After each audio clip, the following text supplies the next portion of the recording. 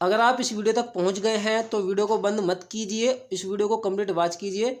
Guarantee है कि आपको मेरे द्वारा पढ़ाई गई संस्कृत पेडागोजी बहुत अच्छी तरीके से समझ में आने वाली है। ओके, तो चलिए बने रहिए हमारे इस चैनल के साथ में। दोस्तों, मैं हूं आर.के. सागर, स्वागत करता हूं आपका आपके अपने यूट्यूब चैनल आर.के. सागर यूनिक स्टडी में। तो दोस्तों, मैं आपको बता दूं कि मैं अपने इस यूट्यूब चैनल पर स्पेशल संस्कृत की क्लासेस करा रहा हूं, जो कि आपके लिए एमपीटेट, रीट, सीटेट, यूपीटेट में जो है काम आने वाली हैं।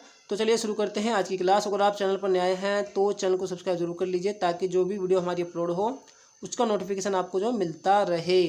तो देखिए, जो क्वेश्चन है पहला वो है, बाला नाम निःशुल्क आवश्यक शिक्षा अधिकार अधिनियमानुसार 2009 शिक्षा स्वरूपम की दर्शय भवेत। तो क्वेश्चन में पूछा गया है, बच्चों के लिए निःशुल्क आवश्यक शिक्षा अधिकार अधिनियम के अनुसार 2009 शिक्षा स्वरूपम अर्थात शिक्षा का स्वरूप की दर्शय का अर्थ होता है कैसा होना चाहिए। तो क्वेश्चन में ये पूछा गया है कि जो 2009 का बच्चों के लिए निःशुल्क आवश्यक शिक्षा का अधिकार का जो अधिनियम है, ओके, क्या है, अधिकार का जो अधिनियम है, उसके अनुसार जो शिक्षा का स्वरूप है वो कैसा होना चाहिए। फर्स्ट वाला ऑप्शन है, प्रारंभिक स्तरीय शैक्षिक विषयानाम शिक्षणम एवं आवश्यकम, अर्थात प्रारंभिक स्तर पर शैक्षिक विषयों का ही शिक्षण, एवं अर्थ हो गया ही, आवश्यकम अर्थात आवश्यक है। तो इसका अर्थ हो जाता है कि प्रारंभिक स्तर पर शैक्षिक विषयों के शिक्षण का ही शैक्षिक विषयों का शिक्षण ही आवश्यक है।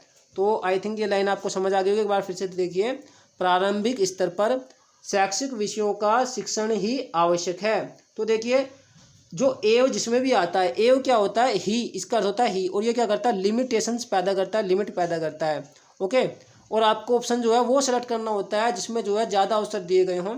तो इसने तो यहाँ पर लिमिट पैदा कर दी है कि जो प्रारंभिक स्तर पर शैक्षिक विषयों का शिक्षण ही आवश्यक है। क्या प्रारंभिक स्तर पर केवल शैक्षिक विषयों का शिक्षण ही आवश्यक है, और भी चीज़ों की आवश्यकता होती है। तो इसलिए जो पहला ऑप्शन है वो इसलिए नहीं होगा। यदि हम बात करते हैं सेकंड वाले ऑप्शन की, कि मासिक परीक्षणम द्वारा शिक्षा वर्धनम, अर्थात मासिक परीक्षण के द्वारा शिक्षा जो है वो बढ़ाई जानी चाहिए। तीसरा वाला ऑप्शन है, विद्यालय कालांतरम अभिभावकई अतिरिक्त शिक्षणम, विद्यालय के समय के बाद, अभिभावक का अर्थ हो गया यहाँ पर अभिभावक के द्वारा, जो पेरेंट्स हैं उनके द्वारा अतिरिक्त शिक्षण, अतिरिक्त जो है शिक्षण कराया जाना चाहिए। और लास्ट ऑप्शन है, छात्रानुकूल गतिविधि, छात्र के अनुकूल गतिविधि अनुसंधान प्रदर्शन द्वारा शिक्षण दिया जाना चाहिए। छात्र के अनुसार गतिविधि अनुसंधान प्रदर्शन के द्वारा शिक्षा दी जानी चाहिए। तो देखिए, जो शिक्षा अधिकार अधिनियम है ये यही कहता है कि जो फैसला है, जो भी मतलब डिसीजन है, वो जो है छात्रों के हित में होना चाहिए। क्या होना चाहिए, छात्रों के हित में होना चाहिए। तो जो शिक्षण है वो कैसा होना चाहिए, छात्रों की गतिविधि के अनुसार होना चाहिए। ओके, तो छात्रों के अनुकूल गतिविधि अनुसंधान और प्रदर्शन के द्वारा शिक्षण होना चाहिए। तो आंसर कौन सा होगा यहाँ पर, फोर्थ वाला ऑप्शन यहाँ पर हो जाएगा। और अगर आपको अब क्वेश्चन समझ आया है तो प्लीज़ वीडियो को लाइक जरूर करें। और यहाँ पर मैं आपको बताना चाहूँगा कि मैंने जो है लगभग 39-40 क्लास संस्कृत पेडागोजी करा रखी है, सभी की मैंने प्लेलिस्ट बना रखी है। आप वहाँ पर जाकर प्लेलिस्ट में जाकर हमारी सभी क्लासेस को देख सकते हैं। इसके अलावा मैंने कई सारे पेपर भी सोल्व करवाए हैं, और अपठित गद्यांश भी काफ़ी सारे सोल्व करवा रखे हैं। लगभग 25-30 आपको जो है और प्लेलिस्ट मिल जाएगी संस्कृत पेडागोजी की, संस्कृत की क्लासों की, जिसमें अपठित गद्यांश होंगे और प्रीवियस पेपर होंगे सीटेट के। तो आप उनको देख लीजिएगा। अगर आप चैनल पर नहीं हैं, आपने उनको नहीं देखा है तो चलिए चलते हैं आगे। स्क्रीनशॉट आप ले सकते हैं। देखते हैं क्वेश्चन नंबर 2 में कह रहा है कि निम्नलिखितेषु किम समाविष्ट कक्षा संबंधम ना, अर्थात निम्नलिखित में से कौन सा या क्या समावेशी कक्षा से संबंध नहीं है, संबंधित नहीं है। तो निम्नलिखित में से, इनमें से कौन सा जो है समावेशी जो कक्षा होती है उससे संबंधित नहीं है। क्वेश्चन में ये पूछा गया है। फर्स्ट ऑप्शन है समानुभूति। तो देखिए, समावेशी कक्षा का तात्पर्य आप जानते हैं। समावेशी कक्षा कैसी होती है, समावेशी कक्षा ऐसी कक्षा होती है जहाँ पर सभी बच्चों को जो है समानता दी जाती है, चाहे कोई जो छात्र है वो कैसा भी है, सभी को जो है समान रूप से वहाँ पर शिक्षा दी जाती है। किसी के साथ में जो है क्या भेदभाव कोई नहीं किया जाता है। ओके, तो समान अनुभूति, तो समान अनुभूति देखिए, समावेशी शिक्षा की बात यहाँ पर हो रही है, समावेशी कक्षा की। तो समान अनुभूति तो वहाँ पर जो है दिखानी होगी, मतलब करनी ही होगी बच्चों के साथ में, सभी के साथ, ठीक है। तो क्योंकि समानता का अधिकार है वहाँ पर सभी बच्चों को, तो पहला ऑप्शन होगा। इसलिए उसने पूछा नहीं है, संबंध नहीं है, तो पहला संबंध है उससे। सेकंड वाला ऑप्शन है सहानुभूति, थर्ड वाला ऑप्शन है सहकार्यता, तो देखिए सहकार्यता भी जो है दिखानी होगी। ओके, लास्ट ऑप्शन है इसमें सहयोग, तो सहयोग भी करना होगा। यदि हम बात करते हैं सहानुभूति की, आप जो है किसी भी बच्चे के प्रति सहानुभूति नहीं दिखाएंगे। ओके, तो आंसर होगा यहाँ पर सेकंड वाला ऑप्शन सहानुभूति। तो समावेशी कक्षा से संबंध क्या है, सॉरी संबंध जो है क्या नहीं है, तो वो होगी सहानुभूति। ओके, तो समावेशी कक्षा से संबंधित कौन सा नहीं है, सहानुभूति। ओके, क्यों नहीं होगी, क्योंकि आप किसी के भी साथ में जो है सहानुभूति नहीं दिखाएंगे, अर्थात पक्षपात नहीं करेंगे। कहने का मतलब ये है, ना तो आपको पक्षपात करना है और ना ही किसी का जो है भेदभाव करना है। ओके, तो स्क्रीनशॉट लीजिए, फिर चलते हैं नेक्स्ट क्वेश्चन की तरफ और उसका जो आंसर हो जाएगा सहानुभूति। आइए स्टूडेंट्स देखते हैं क्वेश्चन नंबर 3 क्वेश्चन है छात्र नाम लेखन से, छात्रों के लेखन का मूल्यांकन समय, मूल्यांकन के समय शिक्षक को मुख्य रूप से इदम अवधार्येत, यह ध्यान रखना चाहिए यत की, तो छात्रों को लेखन का जो है लेखन कौशल का मूल्यांकन करना है।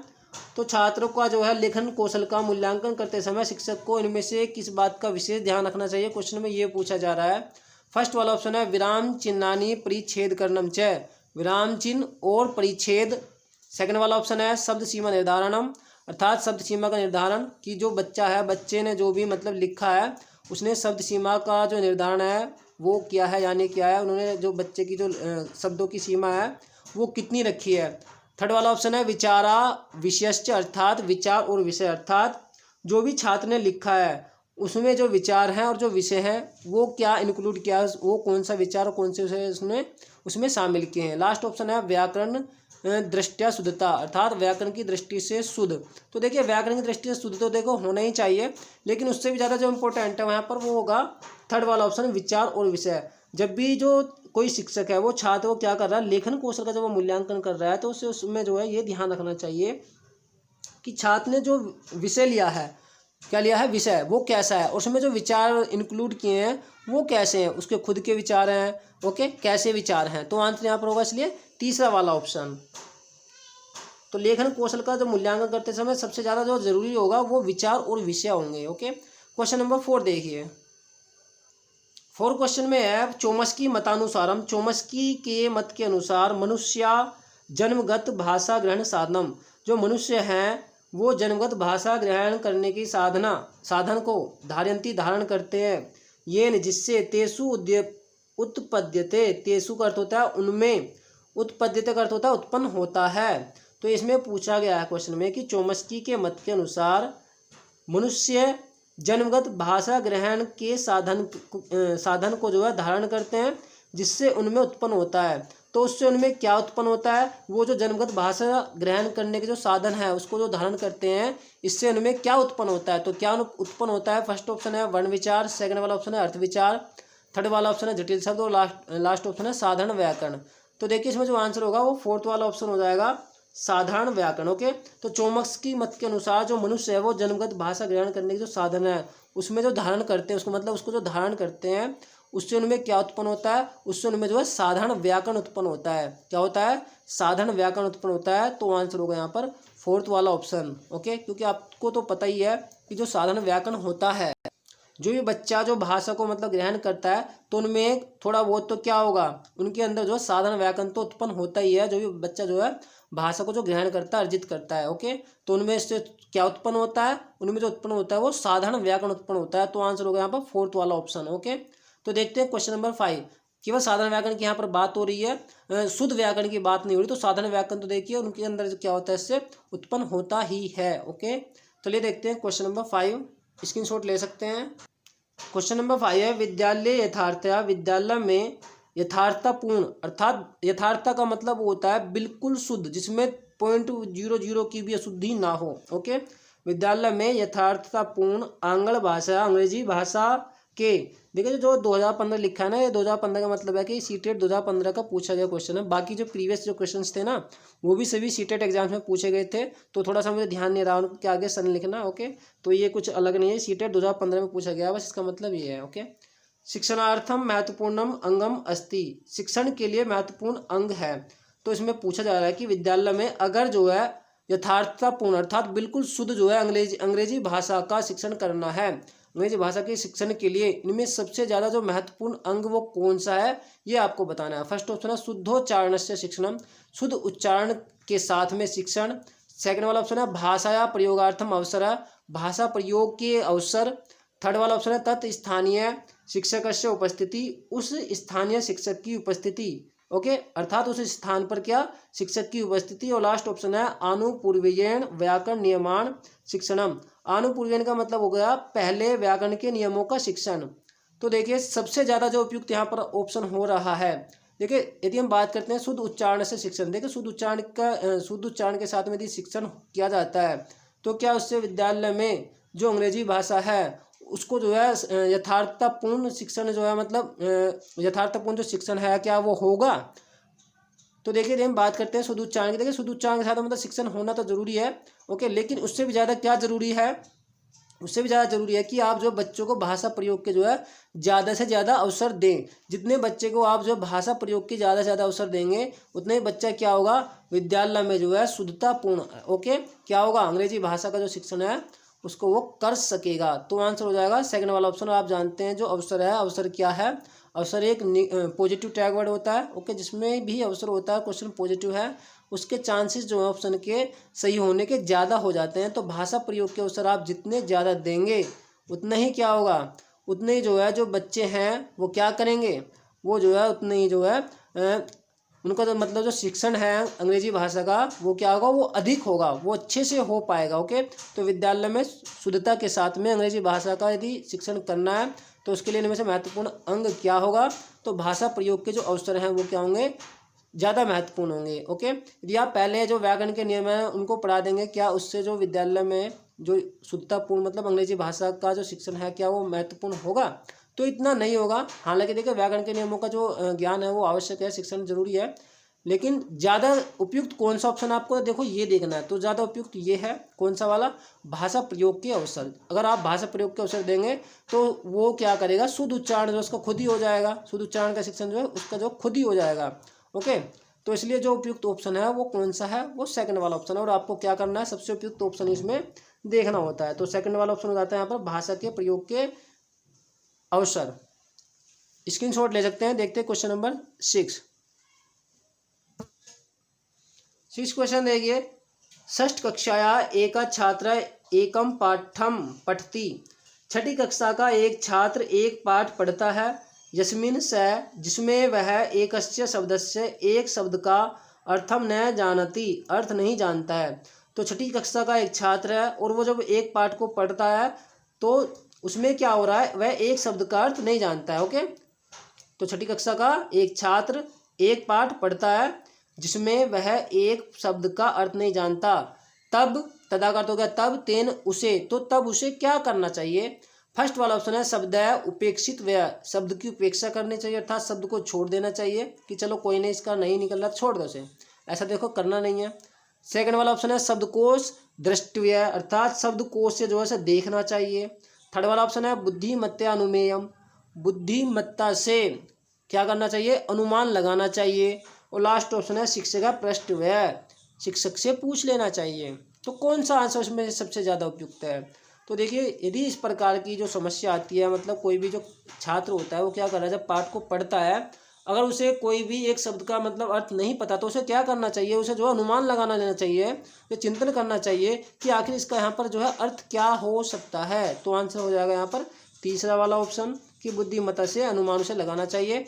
और यदि तब भी इसको समझ नहीं आता है तब उसे क्या करना चाहिए, उसे शिक्षक से पूछना चाहिए, ना कि उसे शब्दकोश में देखना चाहिए। ओके, और अगर वहाँ पर शिक्षक प्रेजेंट नहीं है तब उसे क्या करना चाहिए, शब्दकोश से देखना चाहिए। ओके, और शब्द की उपेक्षा तो बिल्कुल करनी ही नहीं चाहिए। ओके, तो पहला ऑप्शन तो इसलिए होगा नहीं। तो कब कौन सी कंडीशन में जो यहाँ पर आंसर होगा, मैंने आपको सारे बता दिए हैं। तो आंसर यहाँ पर कौन सा सबसे ज़्यादा उपयुक्त है, अब है तीसरा वाला ऑप्शन, बुद्धिमत्ता से उसे क्या करना चाहिए, अनुमान लगा लेना चाहिए कि इसका क्या हो सकता है। क्योंकि ज़्यादातर अगर बुद्धिमत्ता से अनुमान लगाते हैं संदर्भ में उसको जो प्रयोग करते हुए, तो क्या होता है उसका जो अर्थ है वो सही निकल जाता है, अधिकतर ऐसा ही होता है।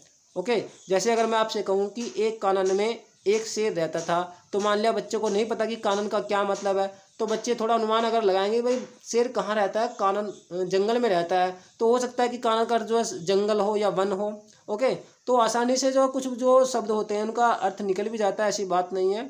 तो इसमें जो आंसर वो तीसरा वाला ऑप्शन हो जाता है, जो कि सबसे उपयुक्त होगा। 7वां क्वेश्चन देखिए, जो कि सीटेट एग्जाम में पूछा गया है, ये भी सीटेट 2015 में पूछा गया। देखो मैंने लिख रखा है, इसमें कह रहा है कि सूर्य ग्रहणम कदा भविष्यति, अयम प्रश्न है। तो ये सीटेट 2012 में पूछा गया है। इसमें कह रहा है कि सूर्य ग्रहण कब होगा, यह प्रश्न। तो देखिए बहुत ही इजी और बहुत ही सरल प्रश्न है, और ऐसे अगर प्रश्न सीटेट में आ जाएं तो बहुत ही मजे वाली बात है। तो देखिए इसमें पहला वाला ऑप्शन है वर्तमान कालीय, वर्तमान काल का है। सेकंड वाला ऑप्शन है अनुवर्तनशील, वर्तमान कालीय है। थर्ड वाला ऑप्शन है भूतकालीय अर्थात भूतकाल का, और लास्ट ऑप्शन है भविष्यकालीय अर्थात भविष्य काल का है। तो ये कौन से काल का होगा, तो इसमें कहा गया है सूर्य ग्रहण कब होगा। ओके, तो जिसमें भी इष्यति आए अंत में, क्या है, इष्यति, इष्यता, इष्यंती, तो वो क्या होगा, वो भविष्य काल का होगा। किसका होगा, भविष्य काल का। तो आप यहाँ पर देख रहे हैं भविष्यति, इसका अर्थ हो गया होगा, सूर्य ग्रहण कब होगा।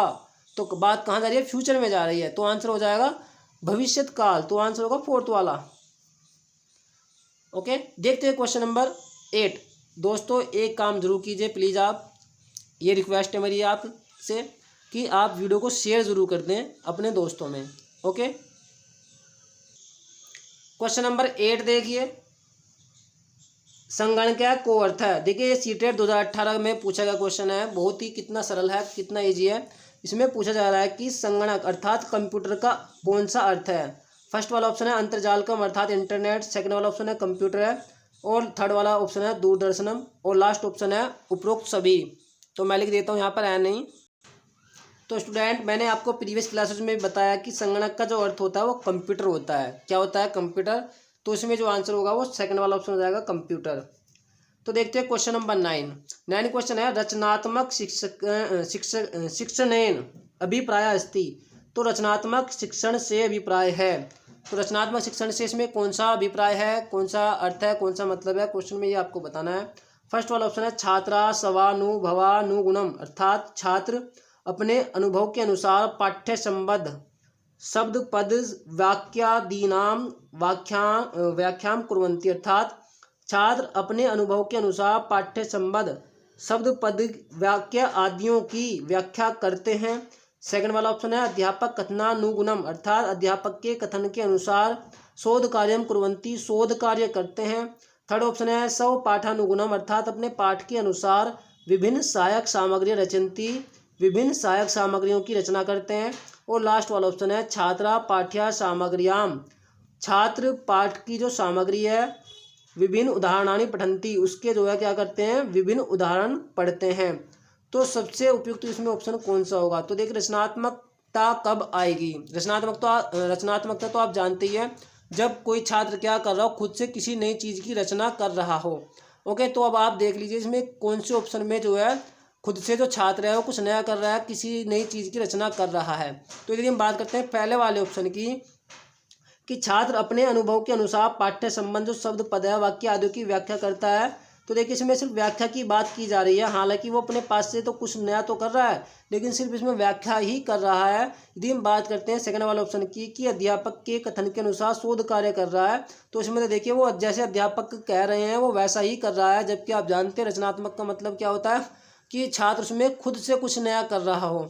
यदि हम बात करते हैं तीसरे वाले ऑप्शन की कि अपने पाठ के अनुसार विभिन्न सहायक सामग्री की रचना करते हैं, तो तीसरे वाले ऑप्शन में देखिए वो क्या कर रहा है, अपने पाठ के अनुसार विभिन्न सहायक सामग्रियों की रचना कर रहे हैं। इसमें वो क्या कर रहे हैं, खुद से कुछ नया कर रहे हैं, रचना कर रहे हैं तो खुद से वो किसी नई चीज़ का निर्माण कर रहे हैं। और रचनात्मकता क्या होती है, रचनात्मक शिक्षण भी क्या होता है, जिसमें छात्र खुद से कुछ नया करता है। यदि हम बात करते हैं लास्ट वाले ऑप्शन की कि छात्र पाठ्य सामग्री के जो विभिन्न उदाहरण हैं उनको पढ़ते हैं, तो देखिए ये तो जो है क्या कर रहा है, छात्र पाठ्य सामग्री से उदाहरण ही पढ़ रहा है, तो कुछ रचनात्मकता इसमें नहीं देखने को मिल रही है। लेकिन रचनात्मकता इस जो सबसे ज़्यादा किसमें देखने को मिल रही है, तीसरे वाले ऑप्शन में, कि वो अपने पाठ के अनुसार क्या कर रहे हैं, विभिन्न सहायक सामग्रियों की रचना कर रहे हैं। तो तीसरा ज़्यादा यहाँ पर उपयुक्त नज़र आ रहा है फर्स्ट की अपेक्षा। ओके, बाकी आपको कौन सा लग रहा है आप भी हमें कमेंट बॉक्स में बताइए। अकॉर्डिंग टू मी जो आंसर है वो थर्ड यहाँ पर होगा। ओके, क्यों होगा मैंने रीजन आपको स्पष्ट कर दिया है। तो आंसर होगा तीसरा वाला ऑप्शन। आइए देखते हैं क्वेश्चन नंबर 10। तो देखिए स्टूडेंट क्वेश्चन नंबर 10 है शीर्षकस्य मुख्य संबद्ध भवति शीर्षक का मुख्य संबंध होता है। तो किसके साथ शीर्षक का मुख्य संबंध होता है? फर्स्ट ऑप्शन है संपूर्ण पाठेन, अर्थात संपूर्ण पाठ से, पूरे पाठ से। सेकंड वाला ऑप्शन है मुख्य पात्रस्य कथनेन, अर्थात जो मुख्य पात्र है उसके कथन से। थर्ड वाला ऑप्शन है पाठस्य मुख्य सूक्त्या, पाठ की मुख्य सूक्ति से। और लास्ट वाला ऑप्शन है पाठस्य मुख्यांशेन, अर्थात पाठ के मुख्य अंश से।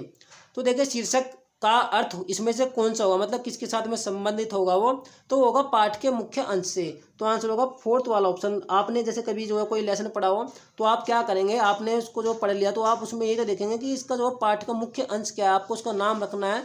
तो आप कैसे रखेंगे किसी भी पाठ का? मान लीजिए एक शेर है, जंगल में वो रहता है, ठीक है, और शेर कैसा है, बहुत ही खूंखार शेर है। कैसा शेर है? खूंखार। तो आप पढ़ पढ़ा के आप क्या करेंगे, आप देखेंगे इसका मुख्य अंश क्या है, तो आपको उसमें पूरे देख करके ये पता लगा कि वो शेर जो है वो खूंखार है। तो आप उसका जो शीर्षक है वो क्या रख सकते हैं, आप रख सकते हैं खूंखार शेर। ओके, तो देखिए ये आंसर हो जाएगा यहाँ पर, इसलिए कौन सा, फोर्थ वाला। तो दोस्तों ये थी आज की हमारी क्लास। आपको हमारी क्लास कैसे लगी कमेंट बॉक्स में कमेंट करके हमें ज़रूर बताइए। तो देखिए दोस्तों, वीडियो बनाने में बहुत ज़्यादा मेहनत करनी पड़ती है। आप वीडियो को लाइक कमेंट शेयर नहीं कर रहे हैं तो थोड़ी प्रॉब्लम हो रही है। तो प्लीज़ दोस्तों ऐसा मत कीजिए। तो दोस्तों मैं मिलूंगा आपको ऐसी एक और नई क्लास में। तब तक के लिए नमस्कार, जय हिंद, जय भारत। पढ़ते रहिए और अपना ख्याल रखिए।